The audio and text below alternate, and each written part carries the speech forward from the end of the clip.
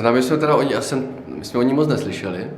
Vlastně to bylo taky překvapení, ale hlavně to bylo nečekané a udělalo to radost. No, je to takový zvláštní pocit, ale radost to asi máme. Přijeli 2 ze 3. Proto jsme tady vlastně. A cenu jim přidá Jiří Surůvka. No já ne, ale pozveme hostesku, která předá cenu, prosím. V Čechách žádná takováhle cena není. Není nikdo ochoten se do něčeho podobného pustit.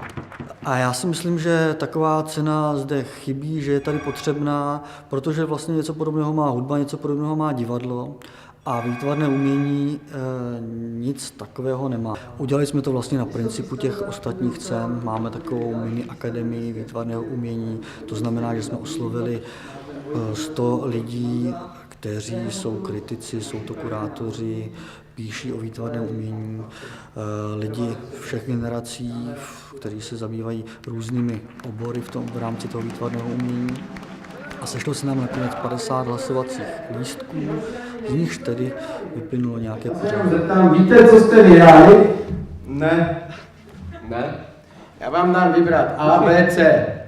A, peníze, B, hodně peněz, C, nějaká hovadina. Tak co myslíte, že to bude? C. A.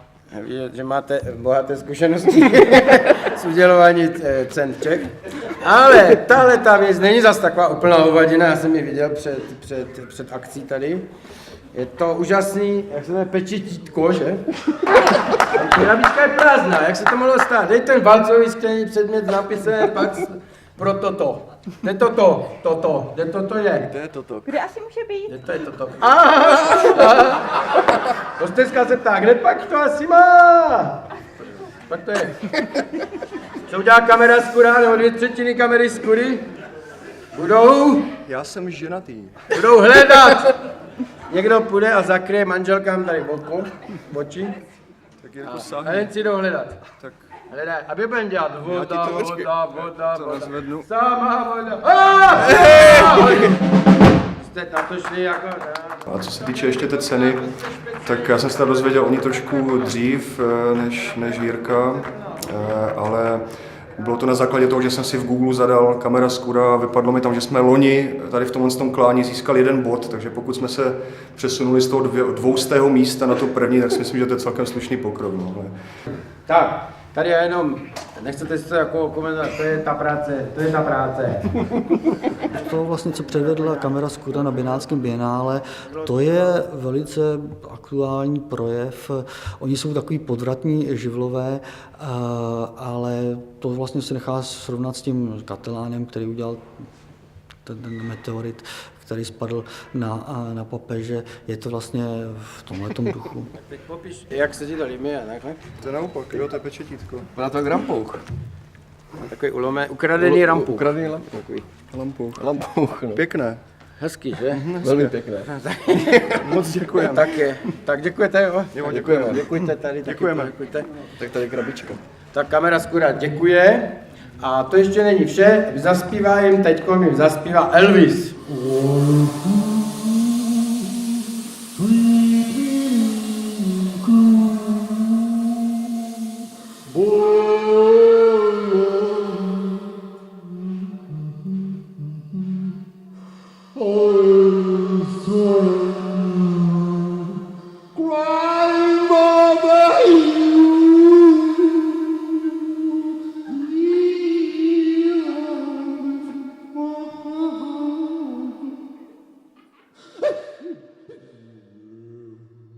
Jiří Surůvka, stejně jako Petr Lisáček, to jsou všechno symboly toho neuvěřitelného ostravského vzestupu, který trvá někdy od poloviny 90. let až do dneška.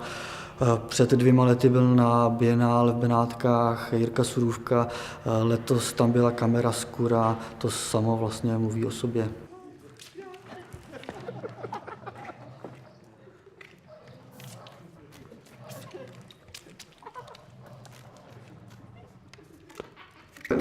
Nevím, jak dalece je ostravská scéna silná. To si myslím, že je hodně relativní, ale myslím si, že je tam možná taková větší snaha se prosadit, jo? Nebo nějak, člověk to nemá jako kdyby zadarmo, má to vždycky více okolností, není tam tolik jako kdyby toho kulturního života a tím pádem se musí člověk víc snažit dělat něco jinak.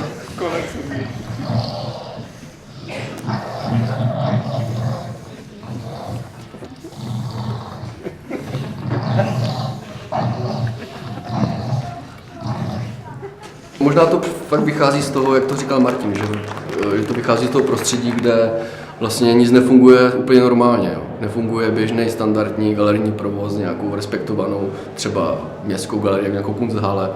Všechno vychází z takového, fakt jako z nějakého pocitu fakt prorazit, prostě jenom něco dělat. Jo. Že v většině městech, třeba já žiju v Brně a tam to moc nepozoruju, tam jde spíš o takový nějaký jenom žití, nebo vlastně jenom, jo, že tam není taková ta nasranost, nebo něco udělat, no.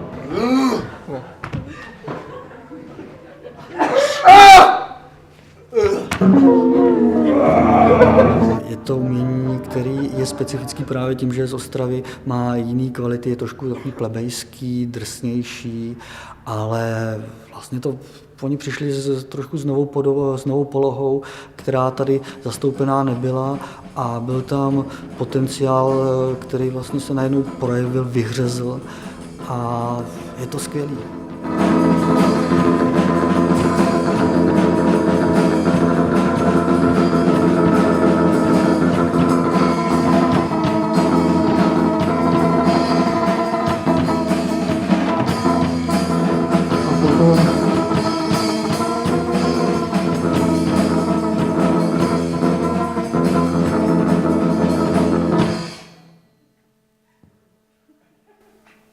Ahoj, ty malá kočičko.